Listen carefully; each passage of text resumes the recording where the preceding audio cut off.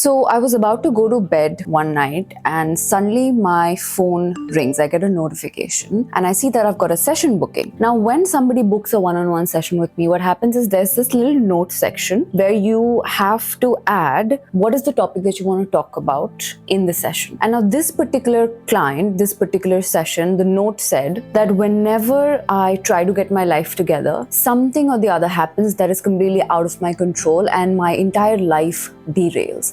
No matter how hard I try, I can't make a decision. I feel stuck and I feel like my life has come to a pause.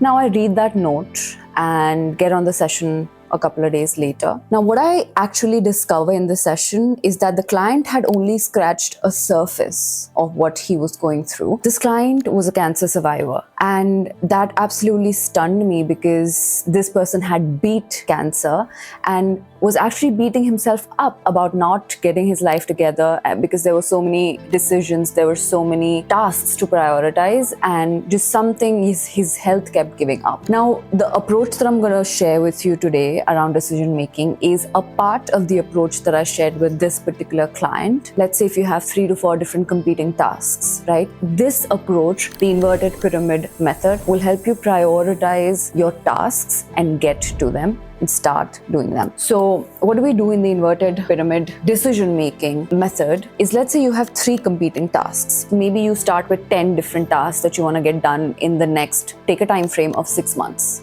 right?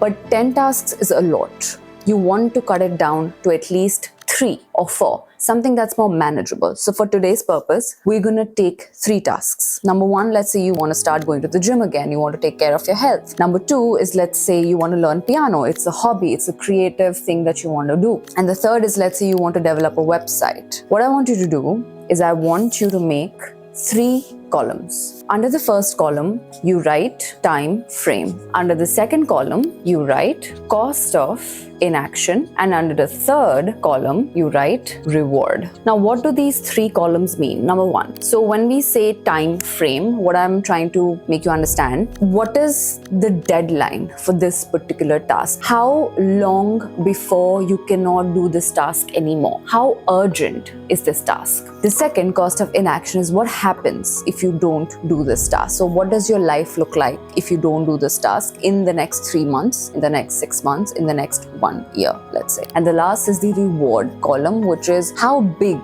or small is the reward that you get if you get this task done. I want you to take a scale of 1 to 10. 1 being not urgent at all, 10 being very, very, very urgent. Under all of these 3 columns, let's start evaluating the first task, which is start going to the gym. How urgent is going to the gym? So let's say we give gym a 5 on the time frame. What's the cost of inaction? What does your life look like if you don't go to the gym in the next 3 months or in the next 6 months? 1 being not so bad, 10 being really, really, really bad. So maybe we're going to give another 5, the cost of inaction under gym. Now, what is the reward? The reward is probably really, really high. 1 being low reward, 10 being really high reward for going to the gym, taking care of your health. So in the next 6 months, which is the time frame, the timeline, the time period that we took, let's say the reward for going to the gym is a 9. It's a really high reward. Let's do the same thing for piano, learning piano, and also developing your website. So I'm going to take a little bit of a time to give all of these 3 tasks 3 different pointers, 3 different scales for all of these 3 different columns.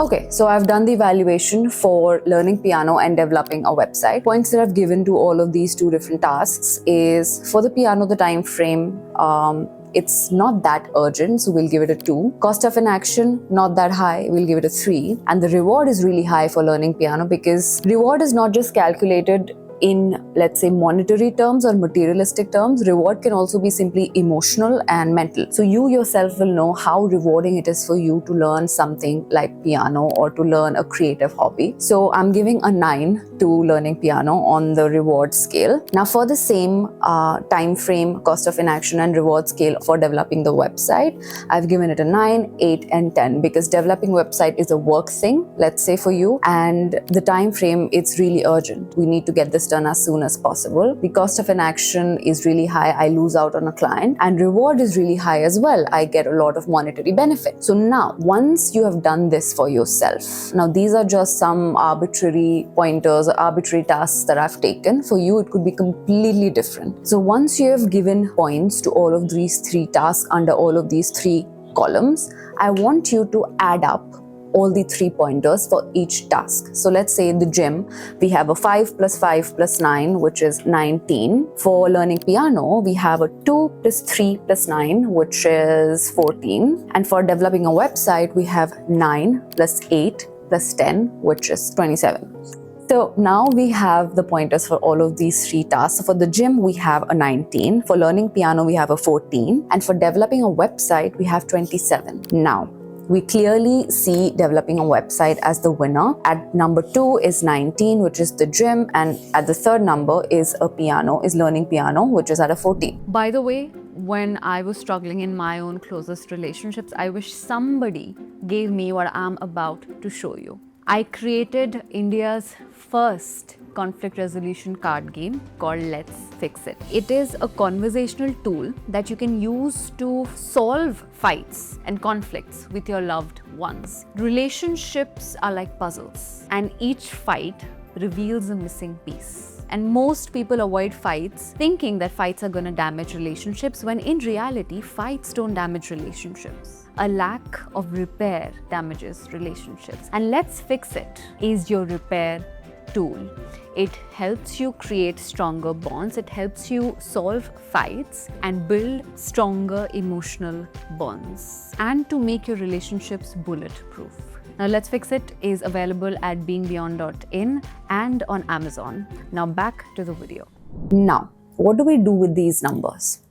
I want you to take another page. I want you to draw an inverted pyramid, and I want you to divide it in 3 parts. The biggest chunk is number 1, the second biggest chunk is number 2, and the smallest chunk is the number 3 task. So like we noticed, developing website is at the highest number, which is why it takes precedence over the other 2 tasks. Second ranking is going to the gym. So that becomes my second most important task. And the last is learning piano. Now you might be thinking, okay, I gave all these 3 tasks different pointers. I put them on a priority scale in the inverted pyramid. Now what do I do with this? What is the point of all of this? Well, the point of all of this is this inverted pyramid is almost like a deciding factor. It gives you a guiding scale as to how do you divide your time? How do you divide your 24 hours, right? We all have 24 hours to establish or to accomplish certain tasks. What I do is in my 24 hours, maybe I have 8 hours that I need to give or divide between these 3 tasks. So the largest chunk goes to my number 1 task, which is developing a website. The second largest chunk goes to going to the gym, or the smallest chunk goes to learning piano. If I have 8 hours to divide between these 3 tasks, I'm probably going to give developing a website 5 hours. I'm probably going to give going to the gym 2 hours, and I'm probably going to give learning the piano 1 hour. The idea is to give a proportion of your working time to each of these tasks. Now, why are we talking about decision making at all? Why is prioritization important at all? Well, number 1 is because we are living in an age or in an era of excess information. Your attention is being pulled in all different directions, especially with social media. It is extremely hard to, let alone, concentrate on one task. And prioritizing different tasks becomes even harder, and it's probably the hardest it's ever been. We need to guard our creativity, we need to guard our attention, we need to guard the most valuable currency that we have, which is attention. Because what you pay attention to now will decide what your life looks like in the next few years. I'll see you in the next video.